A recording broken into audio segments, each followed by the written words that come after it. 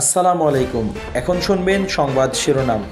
ভোটের মাঠে এখনো সবার সমান সুযোগ নিশ্চিত হয়নি জামাত।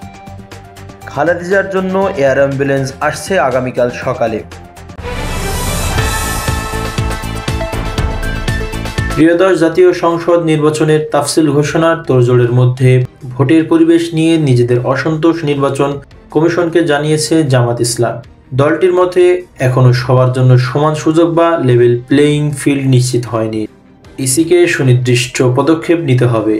আজ সোমবার ঢাকার আগরগাঁয়ে নির্বাচনের ভবনে সিসির বৈঠক শেষে জামাত ইসলামীর সেক্রেটারি জেনারেল মিয়া গোলাম পরোয়ার সাংবাদিককে কথা জানান। বিদ্যমান অবস্থায় কিছু তথ্য প্রমাণ সুনির্দিষ্টভাবে সিসির সামনে তারা তুলে ধরেছে বলে জানান তিনি। গোলাম পরোয়ার বলেন, মাঠ প্রশাসনের নিরপেক্ষতা, লেভেল প্লেয়িং ফিল্ডের কথা বলেছি। প্রশাসনে কর্মরত বড় বড় কর্মকর্তা এবং ইলেকশনের সঙ্গে রিলেটেড অফিসারদের নিরপেক্ষতা নিয়ে এসব প্রশ্ন উঠেছে, সেটা আলোচনার বিষয় ছিল। এরপরে আমরা আলোচনার অবৈধ অস্ত্র উদ্ধার যে অভিযান, সেটাকে আমরা খুব ইফেক্টিভ দেখছি না। অন্তর্বর্তী সরকার আগামী ফেব্রুয়ারিতে নির্বাচন আয়োজনের ঘোষণা দিয়েছে। তা ধরে ইসি সংসদ নির্বাচন ও গণভোট একই সঙ্গে করার প্রস্তুতি নিচ্ছে। আগামী 15 ডিসেম্বরের মধ্যে তাফসিল ঘোষণা করা হবে বলেও গতকাল জানিয়েছে। খালেদা জিয়ার জন্য এয়ার অ্যাম্বুলেন্স আসছে আগামীকাল সকালে।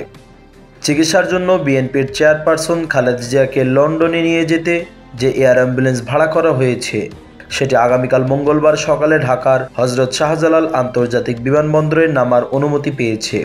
হযরত শাহজালাল আন্তর্জাতিক বিমানবন্দরের নির্বাহী পরিচালক group captain SM. Ragib Samad আজ সোমবার সকালে তথ্য জানান। তবে খালেদা জিয়া লন্ডনে যেতে পারবেন কিনা সেটি পুরো নির্ভর করছে তার শারীরিক অবস্থার উপর। তার ব্যক্তিগত চিকিৎসক এ.জে.এম. জাহিদ হোসেনও গত শনিবার জানিয়েছিলেন, খালেদা জিয়ার স্বাস্থ্য পরিস্থিতির উপরে নির্ভর করছে তার বাইরে যাওয়া। এস.এম. রাগিব সামাদ বলেন, এয়ার অ্যাম্বুলেন্সটি জার্মান ভিত্তিক এয়ারলাইন্স এফএআই এভিয়েশন গ্রুপের। এয়ার অ্যাম্বুলেন্সটি আগামীকাল সকাল 8টা 20 মিনিটে হযরত শাহজালাল আন্তর্জাতিক বিমানবন্দরে নামবে।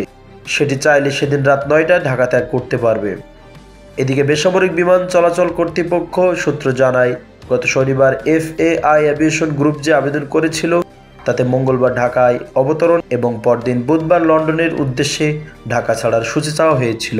2 সপ্তাহের বেশি সময় ধরে ঢাকার এবার কেয়ার হাসপাতালে ভর্তি রয়েছেন বেগম খালেদা জিয়া।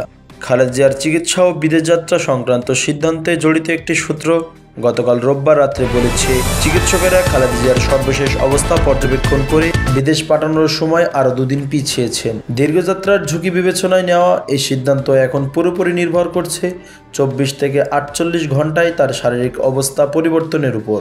সূত্র মতে, গতকাল রাত পর্যন্ত প্রাপ্ত সর্বশেষ তথ্য অনুযায়ী তার অবস্থার নতুন কোনো উন্নতি বা অবনতি কোনোটিই লক্ষণীয় নয়। সবকিছুই অনেকটা অপরিবর্তিত রয়েছে। ডিয়ার ভিউয়ার্স, আমাদের চ্যানেলটি সাবস্ক্রাইব করে পাশে থাকার অনুরোধ রইল।